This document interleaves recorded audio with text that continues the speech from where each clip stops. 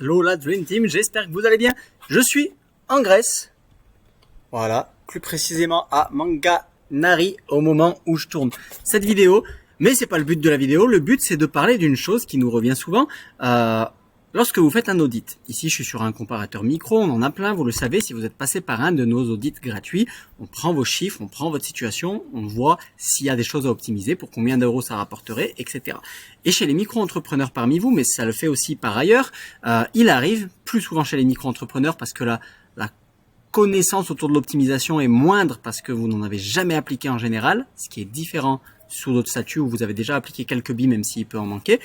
Ici on part plus souvent de zéro et du coup il peut arriver cette mécompréhension qui engendre une peur et qui par peur fait que vous ne posez pas la question et vous vous enlisez dans quelque chose, et j'ai envie de sortir de ça, cette mécompréhension du fait de pourquoi chez Manu, chez le EEF, quand le conseiller me dit ah bah regarde, tu as une micro-entreprise, tu fais 40 000 de chiffre d'affaires annuel, tu as telle dépense, 5 000 et 5 000 en dépenses professionnelles, soit 10 000 de dépenses pro à l'année, tu as telle voiture, tu as tel nombre d'adultes dans le foyer, tu as un loyer pour chez toi, mais personnel de 850, etc., etc. Bref, avec toute ta situation, aujourd'hui tu es ici, tu gagnes tant, alors que tu pourrais être ici, ton meilleur cash flow, ton meilleure rémunération à l'année sans changer ces chiffres et cette situation, elle est là de 27 000, donc tu as plus de 7 000 euros à gagner par an, et tes URSSAF, ça peut tomber jusqu'à 3 700, quasiment 4 000.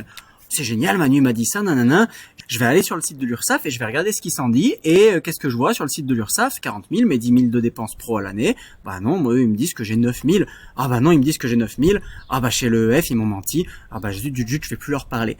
Attention à ça. Moi, que vous me parliez plus, c'est pas grave pour moi. Mais vous vous enlisez dans quelque chose, en fait, par quelques petits éléments qui vous manquent. Pourquoi? Sur ce tableur, sur ce comparateur qui est le site de l'URSSAF, microentreprise.ursaf.fr. Non, mon entreprise, je me dis, c'est bizarre, pas micro justement. Monentreprise.ursaf.fr. Manu, il m'a dit que, et d'une en changement de régime et en optimisant ce régime, j'allais faire des économies. Et moi, quand je vais voir sous mon nouveau régime, apparemment ce serait le I, pour moi qui serait mieux. Je prends vraiment un cas précis, mais c'est pareil dans tous les cas. En gros, chez l'EF, il m'annonce un changement. Et quand je vais voir, je simule moi-même ce changement. Ah bah punaise, j'ai pas du tout le même résultat. Pourquoi? Parce qu'en simulant vous-même votre changement, avec l'état de vos connaissances actuelles, vous oubliez un max de trucs. Et du coup, forcément, le résultat est faussé. C'est un petit peu comme si on vous disait, on est une école de conduite automobile, on vous dit, ah mais viens chez nous, en fait, tu verras, en passant de ta Peugeot 106 actuelle et en venant chez nous avec le nouveau modèle de chez Porsche sur notre circuit, avec tel pneu et machin, enfin, je te passe les détails, ah bah là, tu vas voir, tu vas pouvoir conduire, faire tant.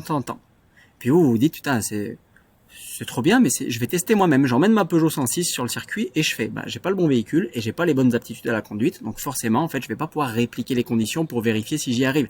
La seule solution, ce sera de passer par toute l'acquisition de compétences et de véhicules pour y arriver. Et là, on parle de véhicules statut, en fait, juridique. Donc certes, il y a un changement de statut à faire, mais il y a des connaissances qui manquent aujourd'hui. Maintenant, comment on va pouvoir vérifier que, notre but, c'est vraiment de pas vous dire de la merde, je m'excuse pour le truc, mais de vous aiguiller et qu'on peut bien atteindre ça. On utilise le même calculateur. Première chose à savoir, si on était micro-entrepreneur, qu'on est passé par ce comparateur-là, du coup, pour élaborer des éléments et voir un cash flow, etc., des potentiels d'optimisation, on s'est rendu compte qu'il y avait nos dépenses pro, puis à côté, on vous a posé des questions sur d'autres éléments d'optimisation, puis sur vos dépenses perso, puis sur vos kilomètres parcourus, etc. Tout ça, en fait, ce sont des choses que vous vivez déjà. Vous vous déplacez, vous avez ce loyer, etc.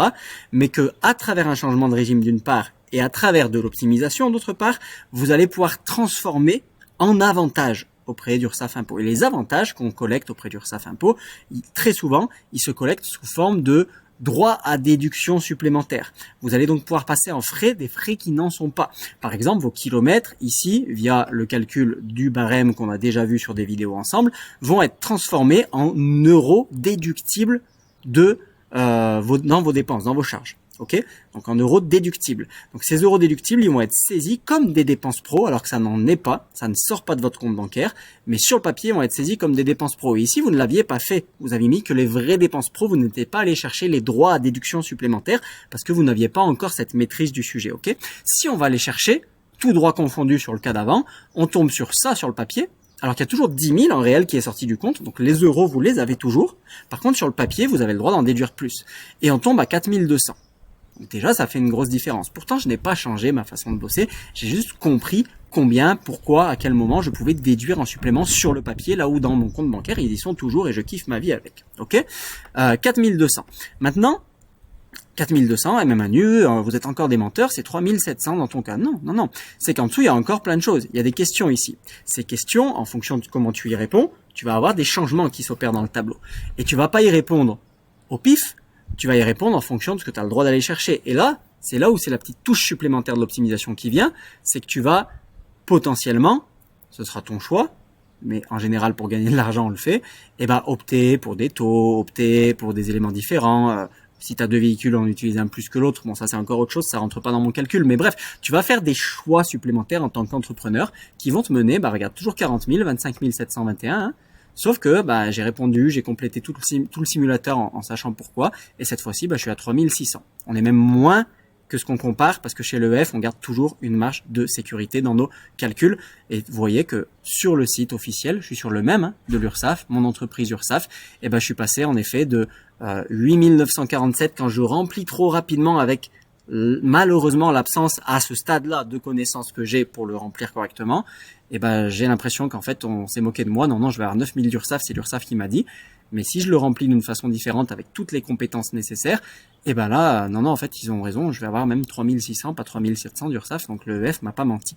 Et c'est pour ça que des fois, il faut faire attention à la conclusion trop hâtive quand on parle de compétences et connaissances à acquérir, et c'est pour ça d'ailleurs qu'on est obligé, qu'on ne peut pas tout déléguer à quelqu'un, parce qu'on ne pourrait jamais vérifier qui fait ou qui ne fait pas ci ou ça, et qu'en fait, je suis au meilleur endroit. C'est ma responsabilité de chef d'entreprise, c'est un autre sujet, mais c'est vraiment pour ça, en fait, que à ce stade-là, nos conseillers, parfois, ils vont passer rapidement sur des choses ou quoi, mais parce que sinon, on part dans des masterclass, ce qui est tout l'enjeu d'un accompagnement. Pour le coup, on part dans des masterclass d'heures et d'heures et d'heures pour comprendre, d'une part, comment ça fonctionne, dresser un plan possible des différents schémas pour soi et apprendre à faire ses choix là-dedans. Et une fois qu'on a fait ça, on peut remplir ce tableau de la meilleure des façons. C'est ce qu'on a au final automatisé, hein, rien de plus ni moins, c'est des mathématiques. On a repris les éléments, le calcul détaillé quand vous prenez cotisation et contribution, boum, de comment ça se calcule, les détails, etc., de combien, de comment, il ne veut pas se déplier. Bon, il se déplie pas, c'est pas grave. À quel taux sont chaque case, etc. On a tout retranscrit dans un simulateur automatique pour aller beaucoup plus vite et vous emmener droit au but et non pas pour vous cacher des choses ou vous mentir. Donc si aujourd'hui vous avez déjà fait un audit ou pas, vous regardez cette vidéo pour vous dire de quoi il parle celui-là, sachez qu'on fait des audits. Dans les audits, on vous avance des éléments. Si vous allez derrière sur le site des URSSAF pour essayer de retrouver ces éléments, il peut arriver parce que vous n'avez pas toutes les compétences à ce jour, et c'est pas grave, c'est ok, en votre possession, il peut arriver que vous remplissiez, mais trop rapidement, en oubliant, en omettant certains points, et forcément, vous tombez sur un chiffre différent. Ceci dit, ce chiffre, on ne l'a pas non plus caché, il est ici. C'est le chiffre, vous voyez, 9000, on prend toujours une petite marge, comme je vous disais, c'est le chiffre si on fait que changer de régime. Pour quelqu'un qui est en auto-entreprise, à qui on avait dit ça, c'est très souvent là que ça arrive, ce quiproquo, que changer de régime, mais sans optimiser.